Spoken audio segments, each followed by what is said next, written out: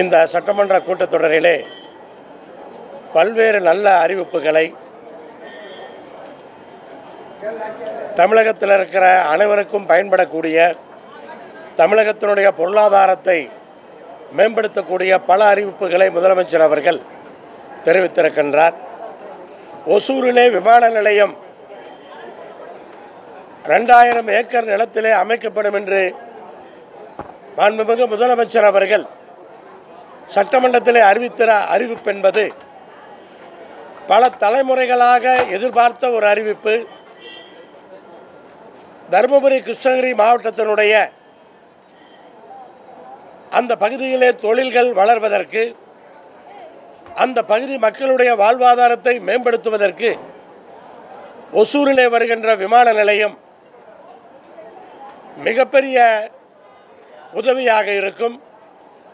ஒசூரிலே சர்வதேச விமான நிலையம் வரும் பொழுது கொங்கு மண்டலத்தில் இருக்கிற பலரும் பெங்களூருக்கு சென்று வெளிநாடுகளுக்கு செல்லுபவர்கள் ஒசூர் சர்வதேச விமான நிலையத்தின் வழியாக செல்லுவதற்கு வாய்ப்பு இருக்கிறது.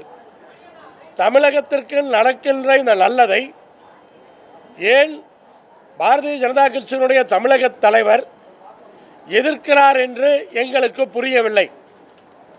மொத்த தமிழகமும் ஒசூர் சர்வதேச விமான நிலையத்தை வரவேற்கின்றது.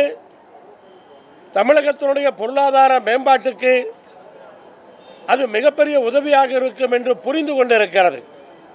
ஆனால் தமிழக பாரதிய ஜனதா கட்சியினுடைய தலைவர் மட்டும் ஒசூரிலே விமான நிலையம் வருவதற்கு வாய்ப்பில்லை என்றும், முதலமைச்சர் அவர்கள் அறிவித்த அந்த அறிவிப்பை கொச்சைப்படுத்துகின்ற விதத்திலும் பேசிக்கொண்டிருக்கிறார்.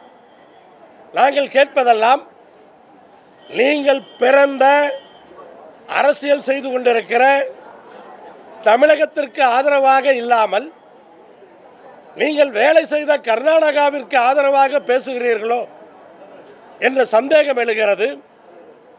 அல்லது பெங்களூர் விமான நிலையத்தை நிர்வகிக்கிற தனியார் நிறுவனத்திற்கு ஆதரவாக நீங்கள் பேசுகிறீர்களோ என்ற சந்தேகமும் இன்றைக்கு எழுகிறது.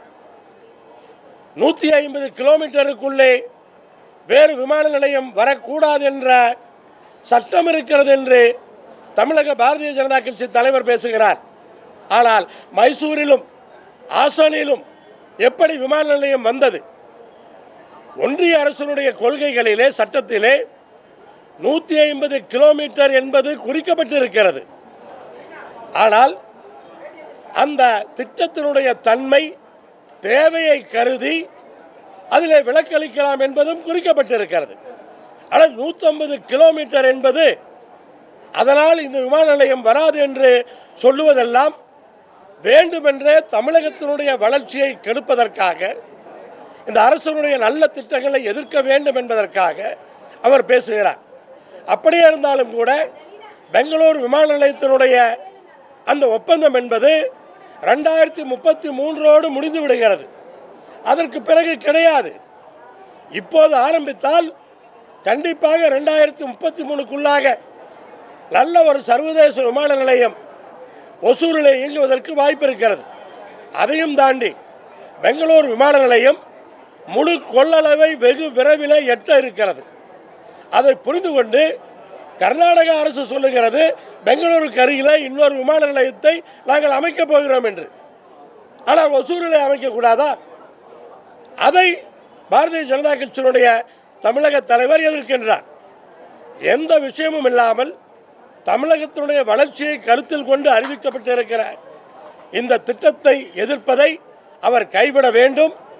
ஒவ்வொரு முறையும் தமிழகத்தினுடைய வளர்ச்சியை அதை பற்றி பேசாமல் 150 கிலோமீட்டர் என்று சொன்னால் அதை விளக்குவதற்கு, அதிலிருந்து விடுதலை பெறுவதற்கு அவர் டெல்லிக்கு சென்று அனுமதி வாங்கி ஒசூரிலே சர்வதேச விமான நிலையம் அமைப்பதற்கு தமிழக அரசுக்கு உறுதுணையாக இருக்க வேண்டும். அதைத்தான் நாங்கள் எதிர்பார்க்கிறோம். அதை விட்டுவிட்டு அதை எதிர்க்கிறோம் என்று சொல்லுவது தமிழகத்திற்கு எதிரான நிலைப்பாடு என்பதை நான் பதிவு செய்கின்றேன். நன்றி, வணக்கம். பாதகம் செய்பவரை கண்டால் நாம் பயங்கொள்ளலாகாது பாப்பா. மோதி மிதித்து விடு பாப்பா, அவர் முகத்தில் உமிழ்ந்து விடு பாப்பா. அண்மை செய்திகளை உடனுக்குடன் தெரிந்து கொள்ள இணைந்திருங்கள் இயம்நாடு தொலைக்காட்சியுடன்.